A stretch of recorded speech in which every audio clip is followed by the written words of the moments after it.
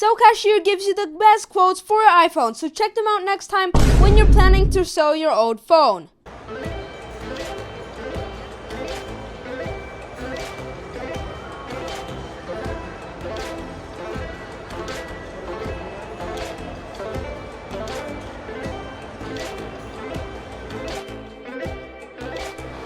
Hey, can you introduce yourself and take us through the MOC? Absolutely. My name's Eric Larson from Panzer Brick Labs. Gunner or Brick Gunner on YouTube. Right. And this is our Filet, St. Lambert Filet pocket MOC. We're doing it as part of the 80th anniversary of the Battle of Normandy. We wanted to kind of show the entire battle. A lot of people do the D-Day section of Normandy, but we wanted to do one of the last battles in Normandy, more inland towards the end of the campaign. So what they had was the German 7th Army was getting completely surrounded by the Allied forces, and the Germans didn't realize it until very late on. So the 7th Army and the 5th Panzer Army were surrounded, and they realized they needed to break out of the gap. In the south were the Americans, and the north were the Polish and the Canadians, and they were enclosing them towards the end of August, 19th, 20th, 21st of August.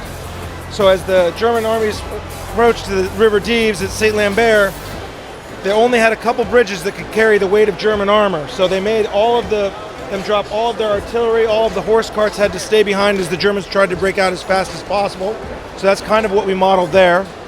And they also had the Fallschirmjägers coming in to help break out because they were the most elite troops that were still around at the time that could try and break the Germans out and break a hole to allow them to escape. So we're showing all the armor retreating across the River Dives, and a lot of these are actual pictures. If you look at St. Lambert, that war photographers took. The Panthers that are in the river, if you put St. Lambert in, it'll show a shot of the Panthers that goes back to the building that has the hole in it. That's an identical picture. The Panther that has been abandoned in the field, the car that's in the river, they're all things that if you look at the battle, you'll see that exact picture.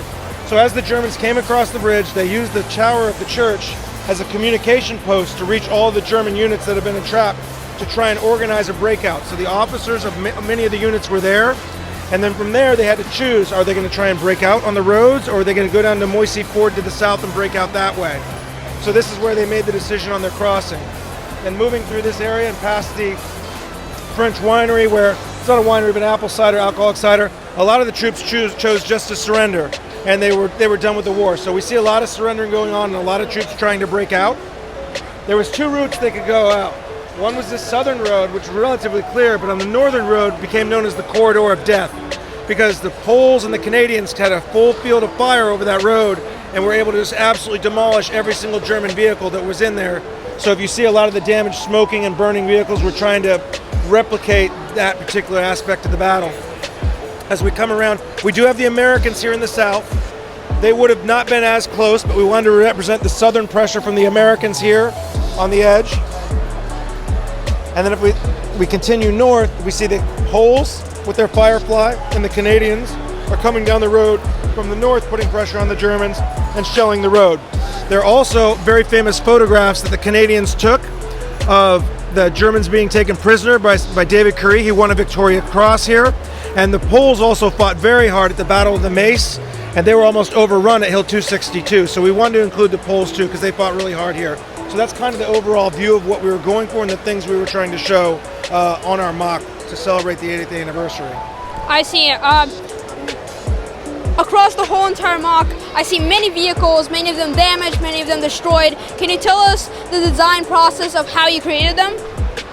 A lot of them were created by ARM or Panzer Brick Labs, but a lot of the vehicles we just use smoke pieces, 2x2 plates, 1x2 plates, circles, and stuff like that. Yeah, and we do our designs in 1/45th because that's the scale we like that goes well with MOCs, rather than a larger size, so it fits in well with buildings, especially when you're doing a large MOC.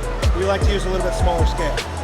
I see. Looks like you've incorporated a lot of techniques and textures. Were there anything like that didn't work out as you expected, or something that didn't turn out as good? Well, we really had problems with the hedgerows. We really wanted to show what a real hedgerow looked like, and without incorporating the really, really bright green Lego colors, we wanted to do something that looked a little bit more realistic.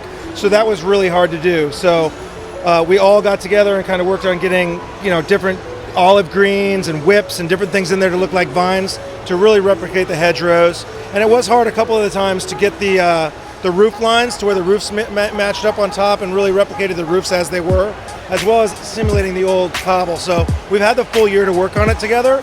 So it's taken some time, and some of the parts were hard, but we just had to work our way through it. And we made changes as we went along, as we thought of techniques that worked.